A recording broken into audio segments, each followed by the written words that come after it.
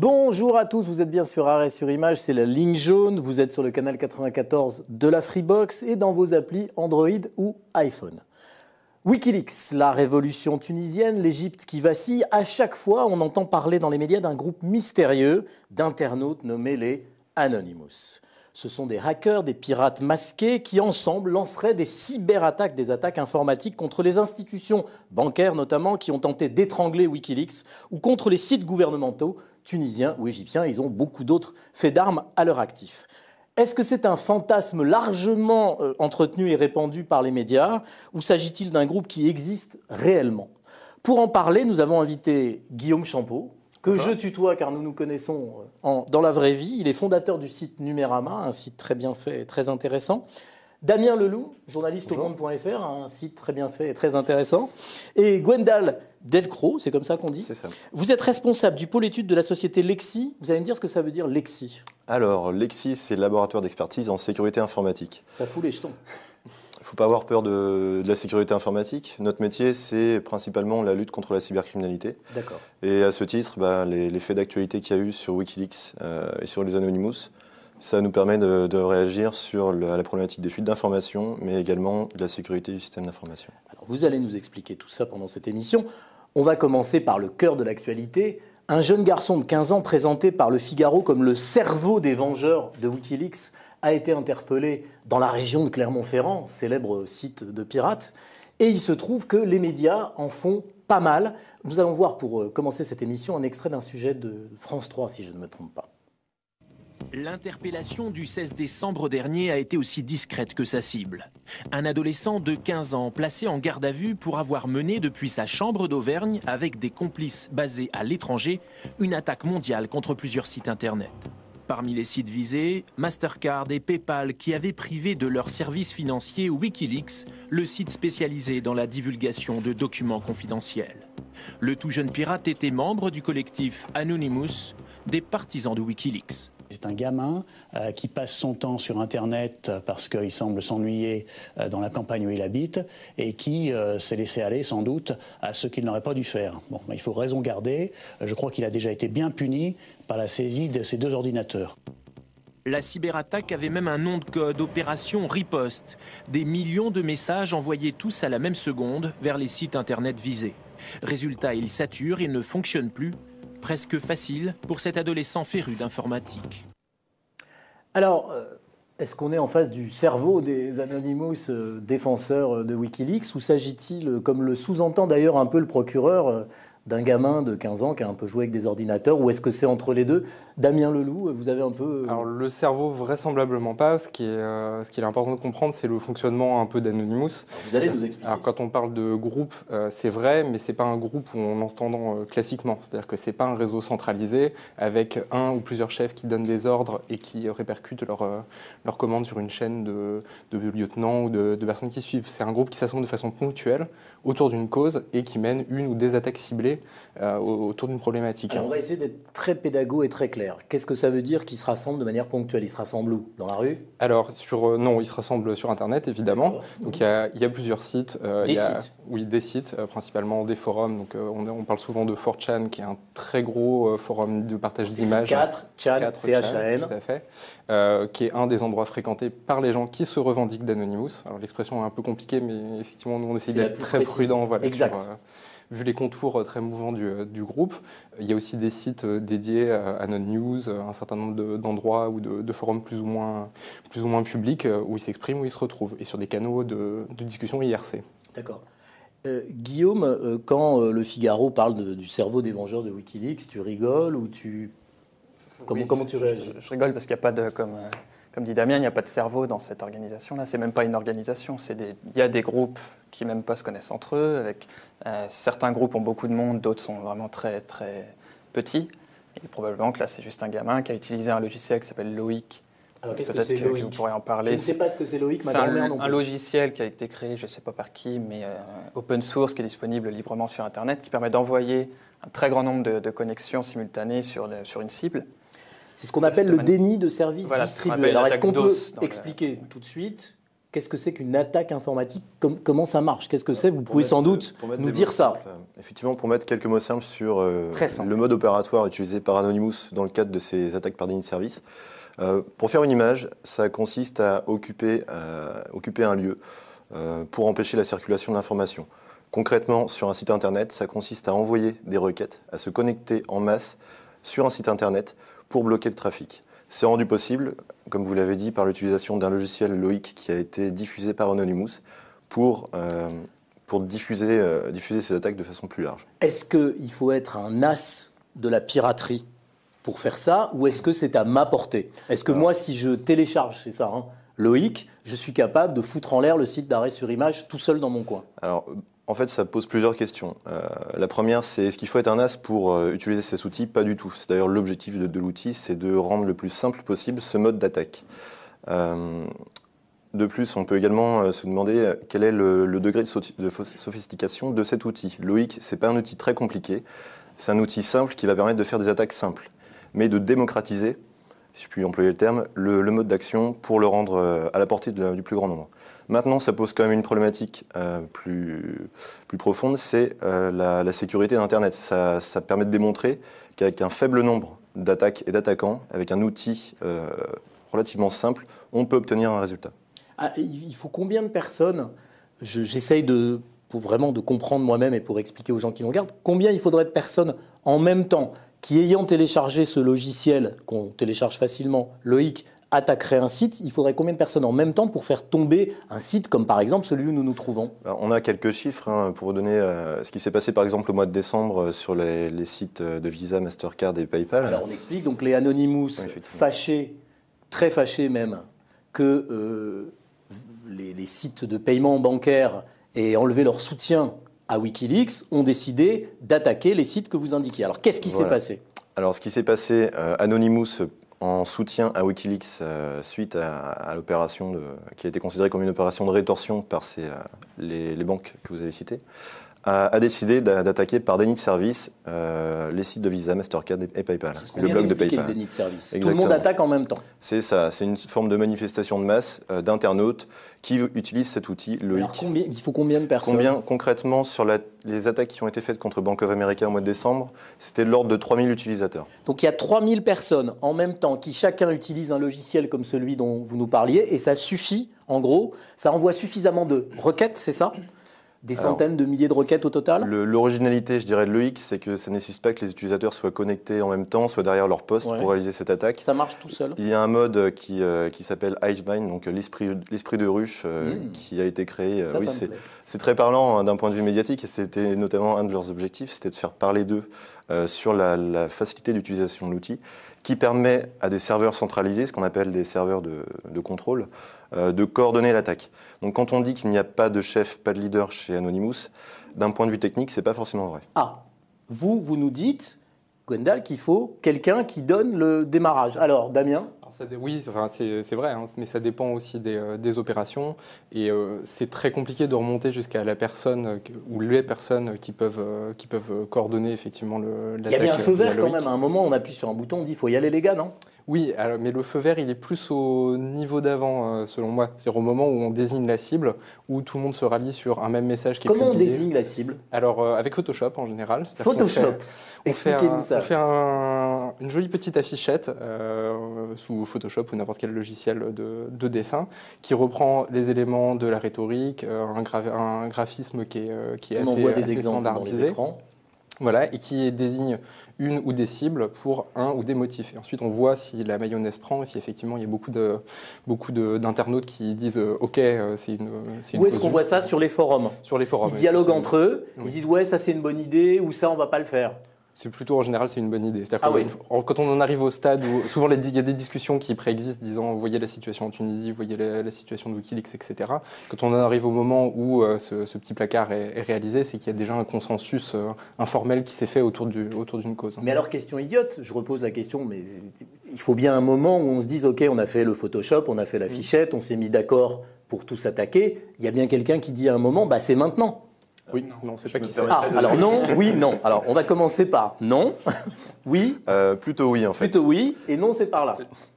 Alors non. Commençons par le oui. Alors, à un moment, effectivement, l'observation qu'on a pu faire de notre côté au sein de la société Lexi, des canaux de discussion IRC en l'occurrence. Ça veut dire, pardonnez-moi, Anonymous, j'essaie d'être super clair, vous êtes toute la journée, il y a des gens chez vous qui observent les gens de Anonymous qui discutent? Vous avez un gars sur un poste, un stagiaire qui fait ça? C'est un peu plus compliqué que ça. Hein. La société Lexi développe... Vous êtes combien? On est 180 au niveau mondial. Ça marche bien, hein, votre truc là. Sécurité informatique. Vous êtes le Alain Boer moderne. C'est pas exactement le mot que j'emploierais. Mais pour répondre à votre question... C'est moderne qui vous gêne ou Alain Boer? C'est pas le sujet du débat, je pense. Ah bah c'est pas vous qui allez me le dire, c'est quoi le problème? Non, je comprends pas. Non, mais ce que je voulais dire, c'est d'un point de vue technique, comment on procède. C'est pas quelqu'un qui est derrière son poste informatique toute la journée à surveiller les canaux de discussion. Même si d'un point de vue purement artisanal, on a pu être amené à le faire Alors au début. Comment on a des outils de collecte des discussions qui sont réalisés sur les chats IRC. Ouais. Et après, on a... C'est quoi l'outil de collecte? Je suis débile, je suis désolé, mais je sais pas ce que c'est. Concrètement, quand il y a une discussion qui est faite sur ces canaux de discussion, on peut récupérer le contenu des discussions. Et après, à tête reposée, avec des mots-clés, en lisant de façon manuelle ou en simplifiant la lecture avec des mots-clés, effectivement. Pour vous donner un cas précis, un cas concret, on a pu observer le déclenchement et la genèse, je dirais, d'une attaque qui a été faite contre les sites zimbabwéens. Et Zimbabwe. Exact. C'était quand? C'était le 26 décembre. Donc, pour alors, Anonymous, attendez, oh là là, vous êtes trop vite. Anonymous a décidé d'attaquer le Zimbabwe. Oui. Mais pourquoi? Alors, pour replacer dans le contexte, c'est une attaque un peu différente de celle qu'on a pu voir avec le cas égyptien, libyen, algérien, etc. Là, on est plus dans une... Tunisien. On est plus dans une attaque qui s'est montée de façon très rapide, en à peine 3 heures, entre le début de la désignation, de la discussion sur le choix des cibles. Le Photoshop de Damien, il n'y a même pas eu de Photoshop. En fait, ce qui est intéressant avec les Anonymous, c'est que l'aspect Photoshop a été fait après coup, après l'attaque. Il y a d'abord eu la discussion sur le choix des cibles, qui était, suite à notre observation un peu chaotique, hein, les Anonymous ont abordé le cas chinois, l'Iran, même la France. Peut-être Zimbabwe, c'était plus facile que la Chine. Je dis ça, je dis rien, mais à mon avis, facile, ça doit être un peu plus simple. Maintenant, mais pourquoi le Zimbabwe? Pourquoi le Zimbabwe? Alors, d'un point de vue, les arguments qu'ils ont utilisés pour légitimer cette attaque, c'est, si je ne me trompe pas, l'arrestation ou la mise en examen d'un journaliste qui avait diffusé des documents de Wikileaks qui mettaient en cause la femme de Robert Mugabe. D'accord, alors on revient au point de départ. Donc pour vous, il y a un chef. On revient sur Wikileaks. Je pense qu'il y a des chefs, des leaders, pas des chefs, des leaders qui se créent de façon ponctuelle, qui prennent le dessus sur le débat et qui vont fédérer la masse des Anonymous sur une thématique. Pour le cas zimbabwéen, ça a mobilisé 250 à 500 personnes à peine. Et ça a fait tomber quelque chose? Et ça a suffi à faire tomber le site du parti ZANU-PF du Zimbabwe. Vous pouvez sourire, mais je souris pas, c'est Daniel Schneiderman qui sourit en régie, je peux pas faire autrement, il me fait rire. Apprendre comme ça, pardonnez-moi, au milieu de l'après-midi que le site du parti principal du Zimbabwe est tombé, ça m'émeut. Oui, c'est vrai. En fait, c'est pas tellement que la cible aurait pu être plus facile qu'un site français ou un site d'une banque mondiale. Disons que, de base, personne ne peut se préparer de façon simple à une attaque par déni de service. C'est ce qu'il y a de plus compliqué à gérer d'un point de vue technique. Alors, qui a dit non? Qui a vraiment? Vraiment dans le sens où... Donc pas de tête? Non, il n'y a pas une tête, je pense qu'il n'y a même pas des leaders. Déjà, quand on parle d'Anonymous, n'importe qui peut se proclamer Anonymous. Oui, mais il faut bien dire on y va. Oui, enfin, il y a une personne si je vais sur le forum et que je dis on y va, les gars. Ce qu'il faut comprendre déjà, c'est que les attaques, elles ne naissent pas de nulle part. Il y a un contexte toujours politique. D'accord. Donc, on a vu pour le Zimbabwe, effectivement, l'arrestation peut-être d'une personne suspectée d'avoir diffusé des informations à Wikileaks. Il y a eu en septembre une grosse opération qui s'appelait Opération Payback, qui était née d'une entreprise indienne employée par un lobby d'une industrie culturelle pour lancer les attaques DOS contre The Pirate Bay. Et donc l'opération Payback a été lancée en représailles contre cette entreprise indienne. Et ça, comment ça s'est monté? Par une petite communauté, un noyau, on ne sait pas où, qui dit, et quelque part c'est spontané, il y a plusieurs personnes que ça choque qu'une entreprise indienne soit comme ça employée. Sur les forums dont parlait Damien. Voilà. Peut-être même à différents endroits, et finalement tout le monde se rejoint quand il remarque qu'il y a un message, un appel à attaquer donc cette entreprise indienne et les différents sites des ayants droit. tout le monde se retrouve politiquement dans l'appel et donc suit. Comme il y a un appel à manifester, si on se sent concerné, on va y aller.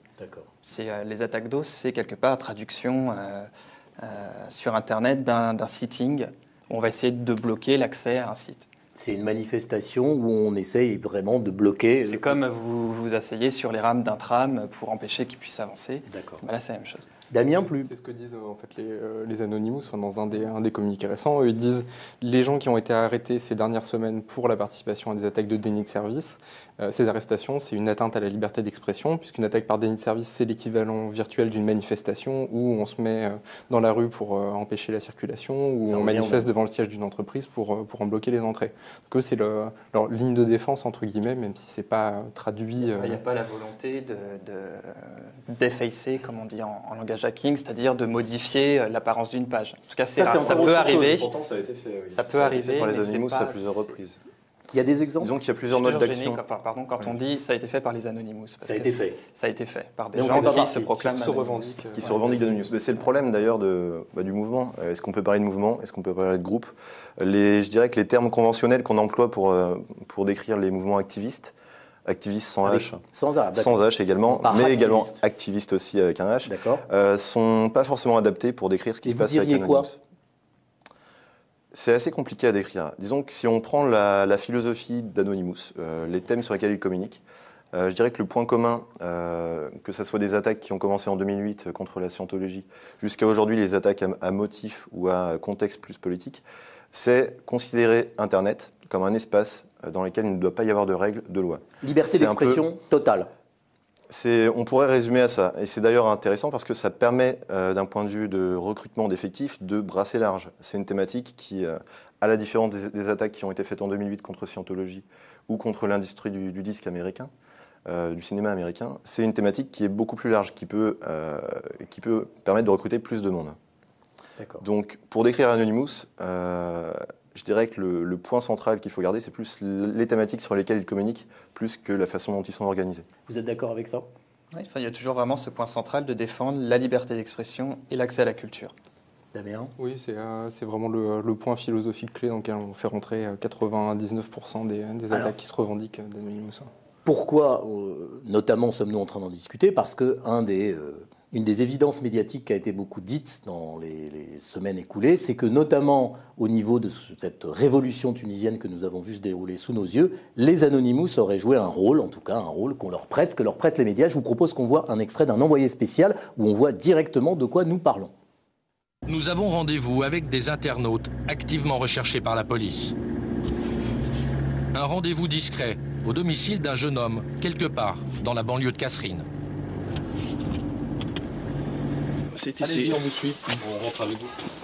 Notre contact, nous l'appellerons Malik.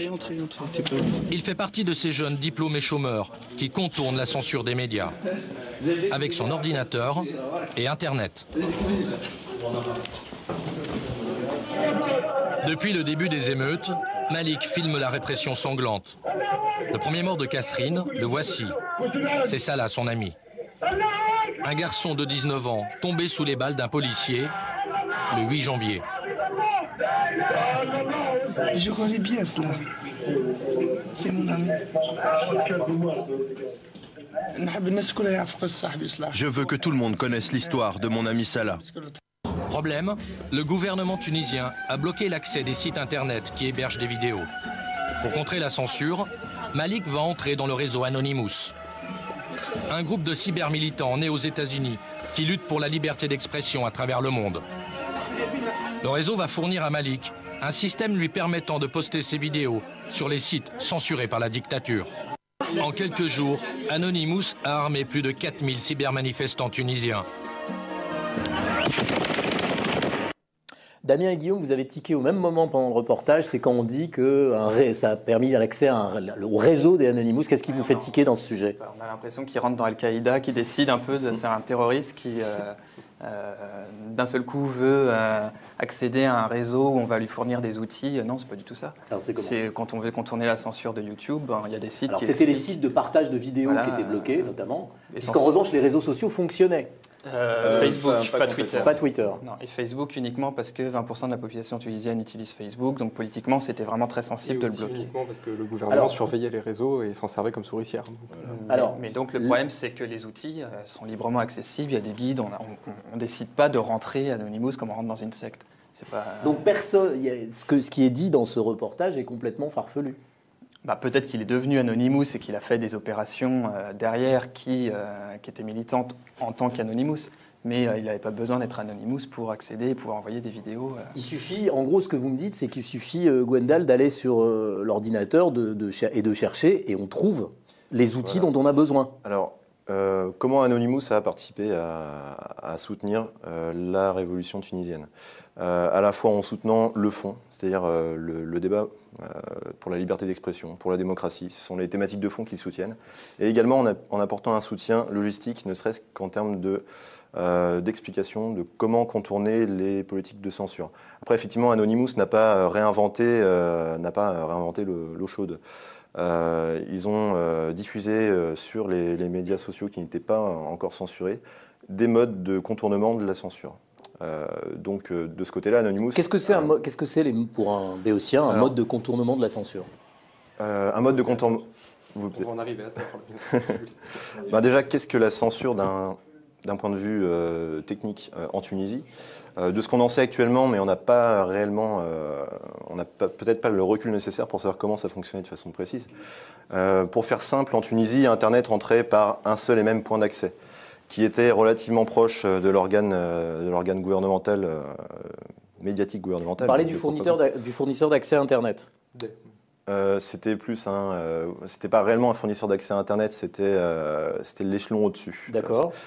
Donc ce point d'entrée d'Internet en Tunisie était très proche du gouvernement et pouvait mettre en œuvre des modes de filtrage du web, c'est-à-dire un filtrage sur des mots-clés qui ne renvoyaient aucune requête, des filtrages sur des adresses, des URL, par exemple une URL qui contenait le mot démocratie était peut-être surveillée. Soit on ne pouvait pas accéder, soit elle était surveillée. Donc ils ont fourni des outils pour contourner ça. Disons qu'il existe des outils, mais ce n'est pas Anonymous encore une fois. Mais ils ne les ont pas fournis. Ils ont démocratisé l'accès à ces outils. Mais alors, pardonnez-moi, j'insiste, Damien, je vous pose la question, quelle est la différence entre démocratiser les accès à ces outils et les fournir? Quand même, on est en train de... Il y a une différence qui est importante, c'est-à-dire que quand on fournit les outils, c'est une équipe d'informaticiens qui se met à travailler sur un projet pour développer une technique de contournement de la censure quelle qu'elle soit. Dans ce qu'on a vu de l'action d'Anonymous, c'est plutôt distribuer largement le PDF de mode d'emploi d'un outil qu'ils n'ont pas eux-mêmes créé. Donc c'est quand même effectivement deux choses assez différentes. C'est le principe du partage, tout à fait, et ça a une utilité aussi pour les personnes qui cherchent à contourner la censure. Mais on n'est pas dans la démarche qui est plus longue et plus compliquée, qui nécessite une organisation assez structurée, de créer un outil dédié au contournement de la censure, qui est quelque chose de lourd et de compliqué à mettre en place. Mais est-ce que depuis la Tunisie, sachant les censures qui étaient à l'œuvre, on pouvait accéder au forum de discussion dont vous nous parliez, ou est-ce qu'il fallait simplement aller chercher autrement ? Quand on avait déjà une première idée de comment fonctionnait la censure et donc des moyens de la contourner, oui. L'internaute lambda n'avait pas forcément idée des outils à sa disposition ou de la manière dont il pouvait procéder. Mais après, quand on est sur un réseau comme Facebook ou qu'on a accès à une boîte mail, une information elle circule très très vite. Donc de proche en proche, dans les lycées, dans les universités, les gens se faisaient passer les informations, les modes d'emploi, les outils. Et donc petit à petit, les gens commençaient à savoir comment on pouvait contourner le blocage du net. Guillaume ? En fait, ce qu'il faut voir, c'est que les Anonymous sont beaucoup plus, à mon avis, dans la communication politique et de démocratisation d'outils qui existent déjà que dans la création vraiment d'outils. Et on a vu avec la crise en Égypte, donc là, on enregistre mercredi, donc hier, l'accès Internet commence à être libéré, mais il a été coupé assez rapidement. Depuis jeudi précédent, dans la nuit de jeudi à vendredi, 88% à peu près du réseau Internet a été coupé. 100% depuis lundi. Voilà. C'est-à-dire qu'au départ, au moment où on parle, il est en train, visiblement, de refonctionner. Un petit peu.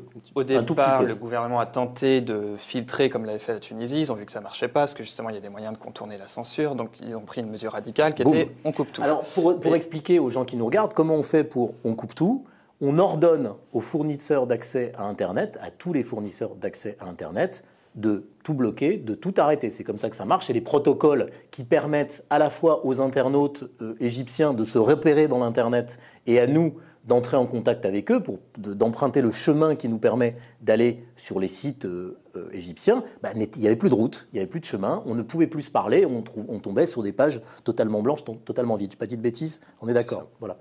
Donc ce qui s'est passé quand il y a eu ce blocage total d'Internet, ce n'est pas les Anonymous qui ont permis de libérer la communication en Égypte, c'est des entreprises notamment, une association en France, FDN. Qui a ouvert un accès. Alors expliquez comment, parce que c'est tout à fait extraordinaire quand même. C'est vraiment utiliser des vieilles technologies pour pouvoir utiliser les nouvelles. C'est-à-dire on a un accès. Donc avant, pour ceux qui ont connu Internet, au temps préhistorique, on utilisait un modem par une vieille ligne téléphonique qui faisait classique. Voilà. Technologie que plus personne veut utiliser aujourd'hui parce que c'est très très très lent, mais ça fonctionne. Et il fallait un numéro de téléphone il suffit d'appeler et un code qui était Toto. Voilà. D'ailleurs, on le donne, pour ceux qui nous regardent, si jamais vous êtes coincé, que vous arrivez à voir cette émission en tapant, vous connaissez le numéro, moi j'ai pas le numéro par cœur, mais il faudrait qu'on le mette dans cette émission, on mettra un bandeau déroulant là, et avec le numéro de téléphone qu'il faut appeler, il faut avoir le modem et Toto. Voilà. Un Égyptien qui peut accéder à un téléphone avec un modem peut appeler ce numéro en France. Bon, après, il a ses coûts de communication qui seront assez astronomiques, mais il peut le faire pour accéder à Internet depuis la France, simplement grâce à sa ligne téléphonique. Et alors, il y a une deuxième chose, pardon Guillaume, c'est que hier, à l'inverse totalement de cette méthode un peu archaïque et artisanale, le géant Google a permis aux Égyptiens, vous m'arrêtez si je me trompe, d'avoir accès à Twitter, le réseau social Twitter, par téléphone, c'est-à-dire de dicter des messages téléphoniques qui devenaient des tweets sur un réseau social. Alors, est-ce qu'avec tout ça, on peut parler de révolution numérique ou pas? Aussi bien en Tunisie qu'en Égypte. Damien? En Égypte, vu que l'accès a été complètement coupé pendant le cœur des événements, c'est un peu compliqué. Puis même si vraisemblablement les réseaux sociaux notamment ont joué un rôle avant aussi. En préalable. Voilà, en préalable. En Tunisie, je suis toujours assez hésitant pour parler de révolution Facebook ou de révolution numérique, puisque Internet, de manière générale, c'est un adjuvant plus qu'une origine. La contestation du régime tunisien, elle n'est pas d'Internet, elle naît des conditions de vie, des problèmes d'emploi, des problèmes de chômage. Et après, Internet permet aux gens d'en discuter dans un cadre plus libre et plus anonymement ou de façon plus approfondie qu'ils ne peuvent le faire au café par exemple, et joue un rôle à ce niveau-là. Et en Tunisie, ça a joué aussi un rôle un peu plus important puisque dans un des déclencheurs de la contestation, il y a aussi eu tout ce qui s'est passé autour de Facebook, les tentatives de censure, la surveillance, le blocage du protocole HTTPS qui permettait de s'y connecter de façon vraiment sécurisée. Ça a joué un rôle, un des déclencheurs parmi les autres. Juste une toute petite question. Bon, pas de révolution numérique, mais est-ce que révolution sans Internet ou pas? Révolution sans Internet? Est-ce qu'il y aurait eu une révolution en Tunisie? Est-ce qu'on peut imaginer que sans Internet, sans la diffusion, la communication, les moyens... On peut tout à fait l'imaginer, elle n'aurait simplement pas pris les mêmes formes. Comme je disais, les racines de la contestation, elles sont très profondes, elles sont sociétales, elles sont pas politiques. Mohamed Bouazizi le 17 décembre, voilà. Qui s'immole. Mais effectivement, cette information, elle aurait eu beaucoup plus de mal à circuler. Elle a eu du mal à circuler même jusqu'à nous, puisqu'il a fallu quelques jours pour que... On était tous tirés par la manche sur Twitter par des gens qui nous disaient « Est-ce que vous êtes au courant ?» Moi, je m'en souviens très bien, je l'ai vu visuellement. Et le temps qu'on a mis quand même à réagir, d'habitude, pour des informations à la con, on réagit tous à toute vitesse. Moi, il a fallu plusieurs jours pour que je me rende compte qu'il se passait quelque chose, soyons sincères. Et donc, ça pose question quand même sur notre rapport aux uns et aux autres à ces réseaux sociaux, où parfois on passe à côté d'immenses informations et on s'intéresse à des toutes petites choses. Si je peux me permettre. Mais bien sûr, permettez-vous, Gwendal, vous êtes là pour ça. Effectivement, parler de révolution Twitter, c'est, à mon avis, en mon sens, complètement exagéré. Ce n'est jamais qu'un vecteur abusif. Voilà. C'est un vecteur de communication. Maintenant, on peut quand même peut-être